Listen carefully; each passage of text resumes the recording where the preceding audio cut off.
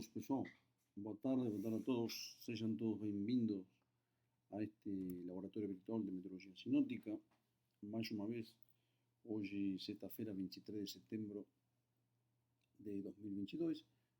Lembrando, o foco deste laboratório é simplesmente fazer um diagnóstico sinótico da situação do momento, identificando os sistemas meteorológicos de escala sinótica que están actuando en el continente sudamericano con énfasis no Brasil. O foco principal, en principio, son aqueles alumnos que están terminando a graduación de meteorología y están se iniciando na parte máis de meteorología operacional, aqueles que dan un servicio diario á comunidade a través da predicción de tempo. Porém, o diagnóstico pode ser utilizado por cualquier un da área de meteorología ou áreas afins vinculados á meteorología. Mas, enfim, na imagem de satélite, o destaque que estamos observando, pelo menos na última semana já, o aparecimento das principais áreas de tormentas sobre o interior do Brasil, parte do sudeste, centro-oeste e nordeste, inclusive, e norte do Brasil, em áreas onde a semana passada a gente vinha atravessando por um período seco. Estamos ainda na estação seca, finalizando a estação seca sobre o interior do Brasil. Y de repente, ya a partir de la semana pasada, precisamente esta semana comenzaron a aparecer instabilidades fuertes que actuaron y continúan actuando, como a gente puede ver en la imagen de satélite a través del canal infravermelho, y sobre boa parte do interior do Brasil. Ontem tivemos inclusive granizo en algunas áreas aquí de sur de Goiás. Agora a convección más profunda, conforme o aquecimiento diurno va ganando fuerza, se encontra aquí sobre Pará, Mato Grosso do Sul, Tocantins y áreas aquí da divisa con Bahía. Mas vean que toda a convección también está siendo bastante fuerte sobre o oeste da región amazónica, oeste do estado de Amazonas y Acre, Perú y divisa con Ecuador. Vean que aquí a convección está bastante profunda. Entonces ya da para ver que estamos entrando un pouco nessa transición da estación lluviosa.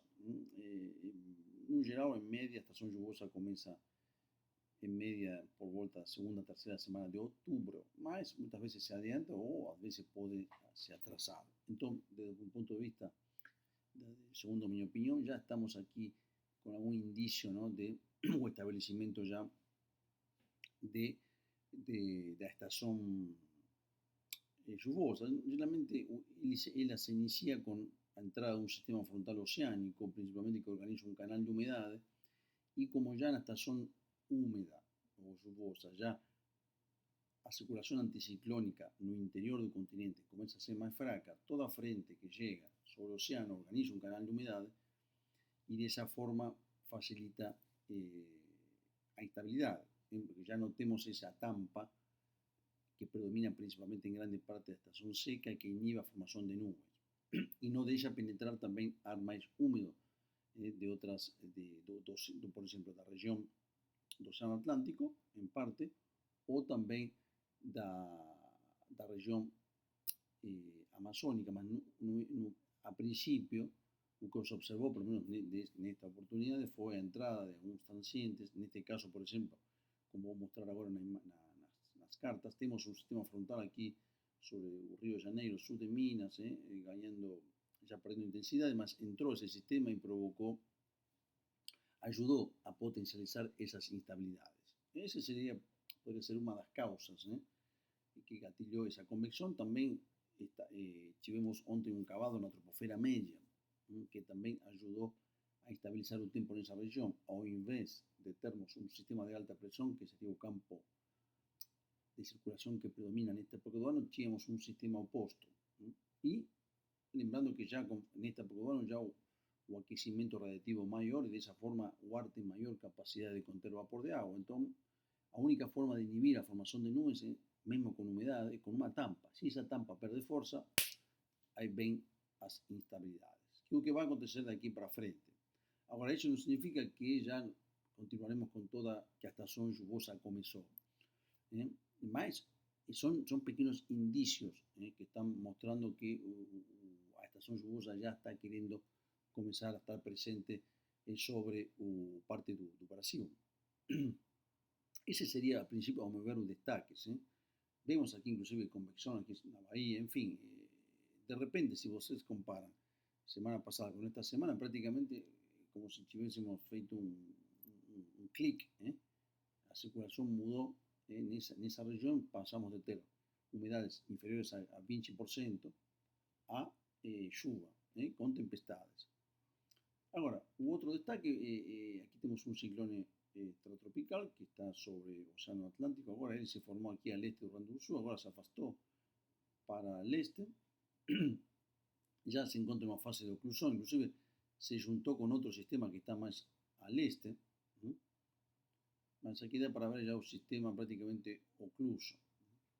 Aquí tenemos una mixtura de nebulosidade, nubes altas tamén, vexan aquí, temos cerros, mas aquí se ve convección profunda, como vimos na imagen anterior. Aquí temos outra perturbación, un cavada na troposfera media,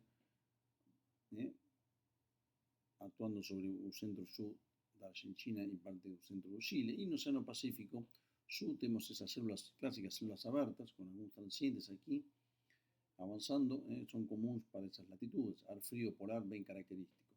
E ese sistema que entrou aquí prácticamente non provocou un forte declinio nas temperaturas porque non ten asociado un ar polar. Ao contrario, que foi divulgado por moitos medios de comunicación, dunha intensa masa de ar polar, non teve nada disso. A masa polar se cuantifica a través de diferentes variables. Vocês, como meteorologistas, saben cuáles son una de esas principales variables. Por ejemplo, el campo de espesura 500/1000, un valor de esa espesura da para caracterizar si esa masa es polar o no. En fin, existen varios otros índices. En este caso, un sistema entró, fue más seco do que frío. Se ve aquí un tempo bem poca nebulosidade. Aquí teve inclusive geada aqui na Serra Gaúcha Catarinense hoje.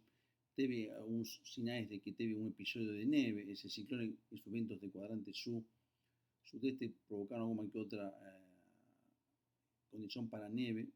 Al principio teve noticias que teve neve aquí en la Serra de Santa Catarina.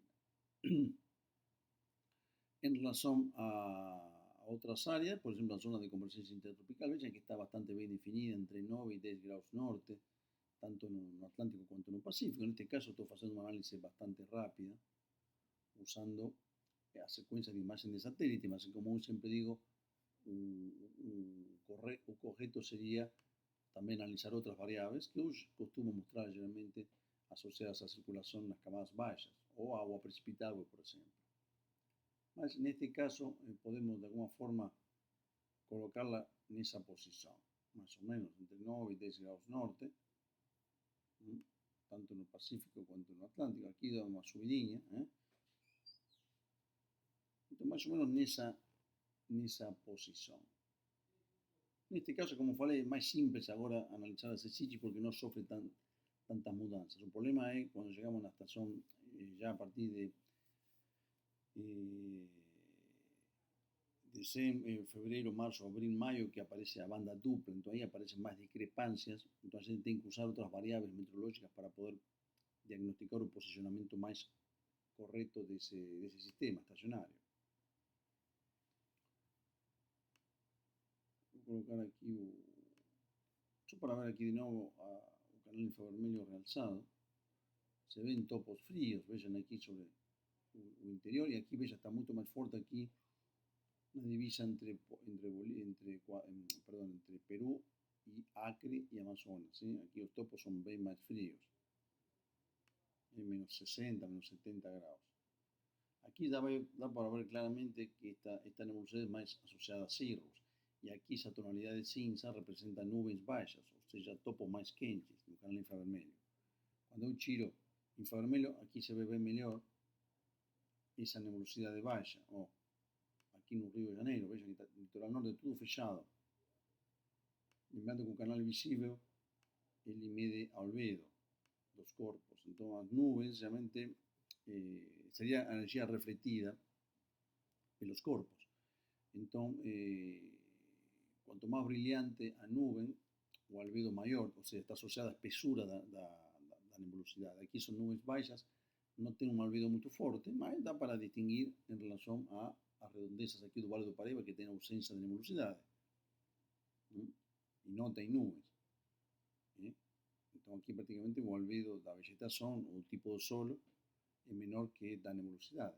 Aqui vejam que se ve claramente, esta parte são todos cirros. Vejam que os cirros são, o canal visível funciona como, os cirros são como, parecem transparentes, né?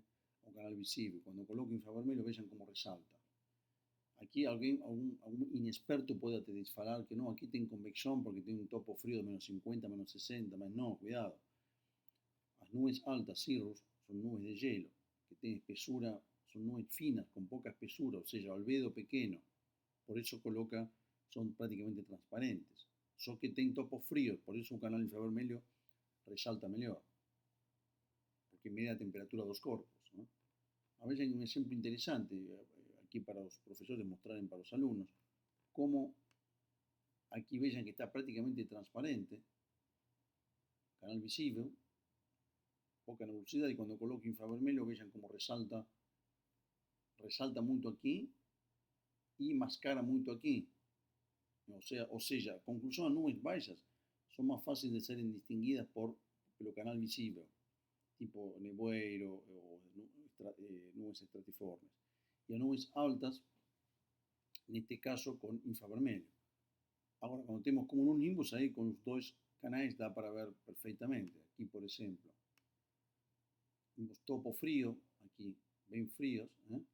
Quando tiro, deixo visível, também consigo ver a textura da imagem, uma cor brilhante branca, e a textura também me permite, de alguma forma, dizer que aqui tem convecção. E claro, a experiência do previsor, ele sabe que aqui tem nuvens convectivas, são nuvens convectivas em função da forma dos aglomerados da nebulosidade.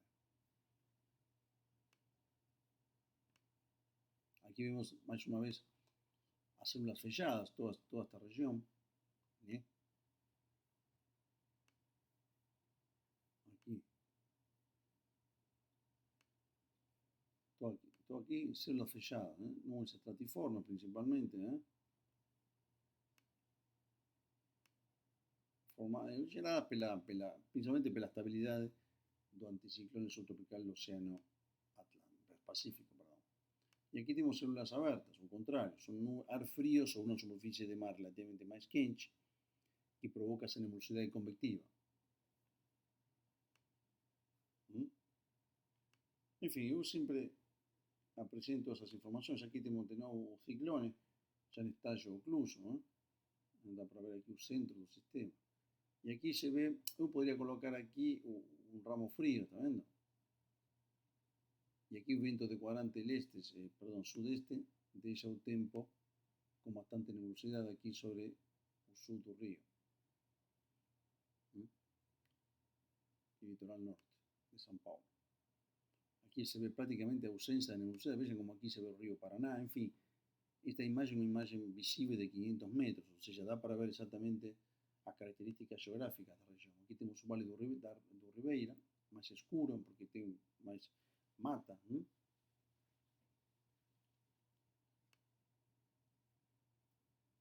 Agora, indo já para a minha análise, essa é a análise que eu fiz.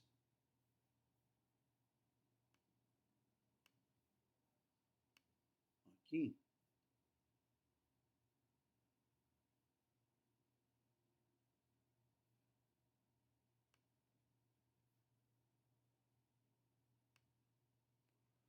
Então, esta seria a carta das 12 UTC, análise que eu fiz agora há pouco. Vejam que aqui vemos, primeiro, os dados SINO e sobreposto o campo de pressão de um modelo, neste caso, o modelo global GFS. Mas vejam que aqui onde coloquei o sistema, vocês veem aqui, por exemplo, 2016, 23, aqui mais, um pouco mais de montanha, mas vejam aqui, é mais um gradiente orvalho que se observa principalmente, mas vejam que 16, 15, 27, 19, aqui vejam 18, 15, 21, 20, 18, 14, vejam aqui o gradiente, 20, 19, 17, 14, 24, 22 de norte, aqui está 21, 15, 21, aqui 22, 21, está aqui passando por cima, 21, 16, aqui em Milena, chega quase ao sul do Acre, aproximadamente. Não chega a ser uma friagem, mas foi uma frente fraca que chegou até esas latitudes. Mas vejam que aqui mais uma frente de orvalho. Se você vê a linha de espessura 5.670, aqui não é uma massa de ar polar. 5.520 estaria aqui. Aqui já poderia ter mais características polares. Por isso aqui o vento de quadrante sul, com uma versão de temperatura importante, que o vento perpendicular às linhas de espessura, pode ter ajudado a formar essa neve, que teve relatos de ocorrência de neve. Não é oficial, mas foi através de uma comunicação pessoal, que me informaram que teve neve. Mas aqui se vê orvalhos, uma queda bem de orvalhos, 10 de orvalho, 13 de orvalho. Então o que acontece? 2 de orvalho. Conforme os orvalhos chegam aqui em São Paulo, são baixos, a noite vai ficar com pouca nebulosidade, como a gente estava vendo, e a perda radiativa vai ser muito grande. Isso vai favorecer a queda de temperatura durante a noite. Por quê? Por toda a energia que perde a Terra, que vai para o espaço exterior, porque não tem nebulosidade, facilita o resfriamento mais rápido da superfície da Terra. E o ar que está em contato com ela também se resfria de baixo para cima, e aí pode provocar-se uma camada de inversão normal, e queda bastante importante nas temperaturas mínimas. Depois o tempo fica seco, e as temperaturas máximas sobem rapidamente porque o ar está mais seco, as mínimas caem, mas são mais baixas, mas as máximas são mais elevadas, a amplitude térmica aumenta. Então, por isso as temperaturas vão ficar relativamente agradáveis e ou até elevadas. Agora, por exemplo, aqui no Vale do Paraíba, estava vendo, vou colocar de novo aqui para vocês verem os valores, segundo.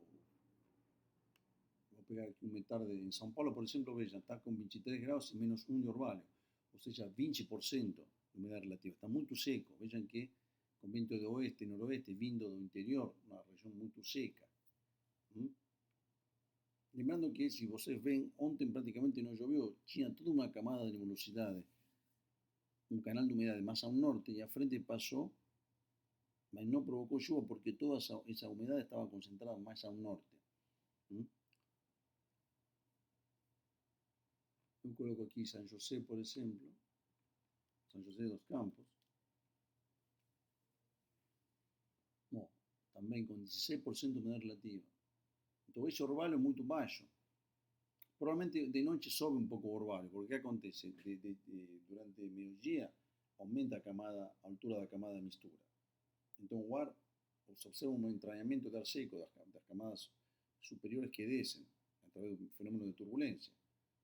Quando a noite chega, a turbulência para, a camada de mistura diminui, então os orvalhos aumentam um pouco. Mas tem que monitorar porque, dependendo da temperatura de ponto orvalho, eu consigo prever também a temperatura mínima do dia seguinte, porque a temperatura mínima não vai ser mais baixa que a temperatura do orvalho. Isso vocês também podem perguntar para os professores de sinótica, principalmente, que têm esse conhecimento, que vocês podem perguntar para eles. Mas a temperatura do ponto orvalho é um dos principais preditores da temperatura mínima do dia seguinte. Geralmente se utiliza como regra o orvalho às 15 UTC é como preditor da temperatura mínima do dia seguinte. É uma regra prática que se utilizava muito na época que não havia modelos numéricos. Mas podemos ver aqui, vou colocar aqui a página do INMET, o órgão oficial de meteorologia, para vocês verem os dados. Vamos ver aqui rapidamente.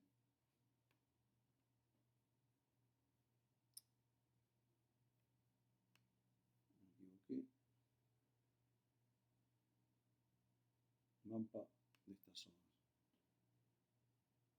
No.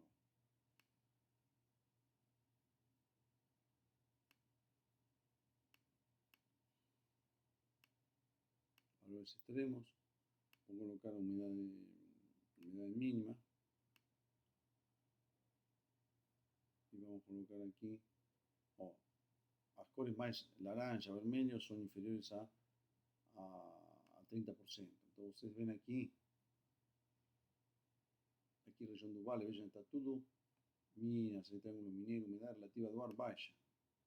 Entrou uma massa de ar mais seca do que fria.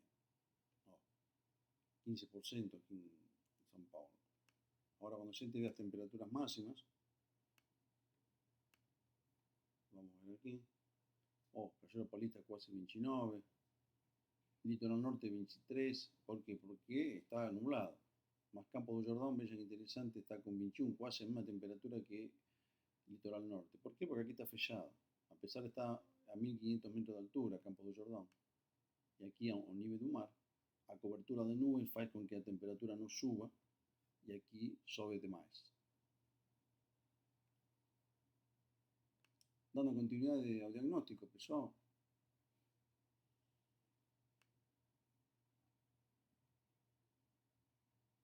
Vamos a ver de nuevo aquí el diagnóstico. Aquí. Bueno, entonces no sé si está claro cómo se identifica una frente fría en superficie. Lembrando que en este caso una frente más seca do que fría, mas observa un gradiente. Inclusive o apertamento das linhas de espessura também me ajuda a posicionar esse sistema. Mas aqui você vê 21, 20, 18, 14, caiu a temperatura. Olha aqui, 17, 12. Só que aqui acontece, agora como o sol é muito forte numa região tropical como esta, e está muito seco, a temperatura máxima dispara. Então provavelmente na carta das 18, vocês vão ver mais uma frente de orvalho do que de temperatura. Porque a temperatura sobe muito.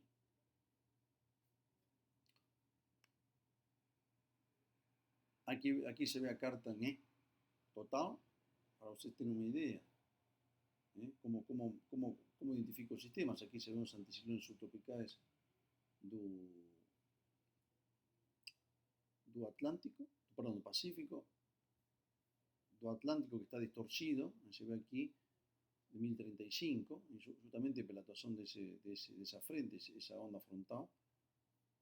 Aqui se ve outra frente más al este, y esa frente que se ve en el Océano Pacífico Sur, que se ve aquí como identifiqué sobre la carta de superficie. Aquí coloqué un cavado, una área de alta presión, anticiclone postfrontal.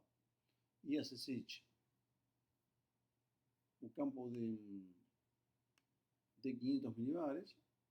Vemos prácticamente lo que falei anteriormente. Vean aquí, se ve un intenso fluxo baroclínico de oeste, con un vórtice aquí, inclusive con un sinal de jato en ese nivel, acima de 70 nós, ou seja, que provavelmente aqui tem um sinal do ramo norte, do jato polar. Mas vejam que já em 500 já se vê um fluxo do oeste, ou seja, que já provavelmente esse cavado que se vê aqui vai começar a penetrar, e depois vou mostrar na previsão que a partir de segunda-feira volta a estabilizar o tempo aqui em função desse cavado que vai adentrar sobre o parte do sudeste. Mas aqui se vê bem o sistema 500, o vórtice. Aqui se vê uma crista. Aqui podemos ver os valores também. Em 500, menos 7, né? Menos 9. Aqui não dá para ver. Vamos ver aqui em São Paulo, não consigo ver menos 7. Não são valores muito baixos. Aqui em Porto Alegre, menos 15. Y cuando vemos 250, ainda se ve aquí una circulación anticiclónica, no sé si consiguen ver, después voy a mostrar la línea de corriente para ustedes verem mejor. Mas aquí lo que falei, o jato, aquí dá para ver en función de, como ya falo sempre, o jato subtropical y los ramos norte y ramos sur do jato polar son identificados en base a los limiares de valores de altura geopotencial. Então aqui dá para ver a presença do jato subtropical, que seria este que está aqui. Podríamos colocar aqui em 10.680, o valor clássico, passaria por esse núcleo, só que aqui, de 1440, tem uma pontinha do ramo norte do jato polar, que seria aquele jato polar que justifica a frente fria em superfície. Então veria aqui, com um sinalzinho aqui, e aqui também teria o ramo norte do jato polar, vindo por aqui. Y aquí un ramo sur do jato polar.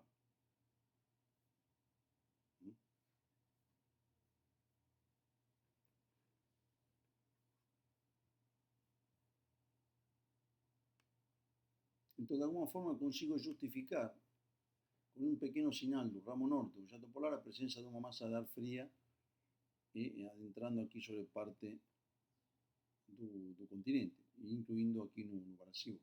Né? Então aqui teríamos o jato subtropical, eu colocaria assim. Ó. Posso até colocar aqui em cima desse máximo de 150, mas aqui coloco uma pontinha bem pequena do ramo norte do jato polar. Mas aqui un subtropical. Y aquí ese ramo norte viría por aquí y entraría aquí. Y el ramo norte viría, aquí ya sería el ramo sur, aparte así, el ramo sur. Entonces el ramo norte probablemente viría una ponchina aquí y iría por aquí. Y aquí ya sería el ramo sur, este que está aquí, juntamente con este. Tá bom, pessoal? Esse seria o diagnóstico. Se vocês tiverem alguma dúvida, podem escrever aí, ficar à disposição. Fico à disposição, perdão, para vocês fizerem as perguntas que acharem pertinentes. Aqui vamos mostrar somente como vai evoluir no campo de circulação, os cavados mencionados anteriormente. Seria aqui já, de novo, altura de potencial de 500. Vejam como já esse cavado va para el este, no sobe a frente. Aquí se restablece de nuevo a alta en 500, más aquí fica un flujo bastante perturbado de oeste. Vean que va en bola ese cavado frontal y vean como aquí ya comienza a aparecer de nuevo mañana un cavado sobre el Pacífico. Bueno, sábado noche. Aquí se refuerza el anticiclón, tiempo bom y seco en ese sector. Ahora como comienza a avanzar. Domingo anoche comienzan a aparecer ondas curtas. Pasan algunas perturbaciones, los elementos cavados pasan por partes, algunas perturbaciones ciclónicas, no, pasan rápidamente, segunda-feira. No, fica perturbado, embebido justamente en la borda sur del anticiclón que se observa aquí. Aquí está todo perturbado, eso se traduce en lluvia. Si tiver humedad, podemos ver aquí un campo de humedad, agua precipitada, por ejemplo, ahora. No, aquí se ve el posicionamiento del sistema frontal con bastante agua precipitada en ese sector, la convergencia de humedades. Continúa mañana de mañana bastante seco. Bueno, vean como ya comienza a aumentar aquí, entra una lengua húmeda aquí en el sector. Y a frente fica prácticamente aquí en el sur de Bahía, Espíritu Santo. Y aquí continúa todo instável. Entonces ya, você ve que ya mudó el padrón. Bueno, vean como la lengua húmeda comienza a penetrar. ¿Por qué? Y probablemente en 850, como vemos aquí, ya se ve entrada ya de cuadrante norte, con una lengua quente aquí de 22 grados, 20 grados, a isoterma, ¿eh? Bueno, voltamos de vuelta aquí. Aquí ya vean como ya domingo anoche ya aumenta humedad. Vean como inclusive aquí en São Paulo. Y aquí continúa inestable. O sea, ahí va a continuar con pancadas de lluvias. Vamos a ver aquí en 500. En superficie prácticamente a frente va embora. Vean como a frente va embora. ¿No? Ya fica aquí en el sur de Bahía. Y aquí comienzan a aparecer algunos cavamentos, son cavados invertidos justamente asociados a esas perturbaciones en 500. Ya se ve la espesura bastante elevada, 5700. Y con humedad. Ahora aquí segunda noche. Fica muy húmedo. Y aquí volta a ficar más instable ainda. Y eso por causa de la entrada de esas perturbaciones que se ven aquí. Y aquí fica más intensa. Vean aquí cuarta-feira noche fica más organizada.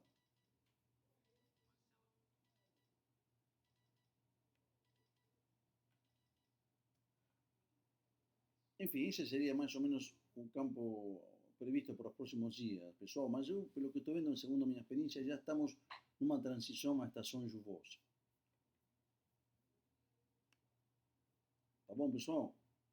Um abraço para todos. Tchau, tchau.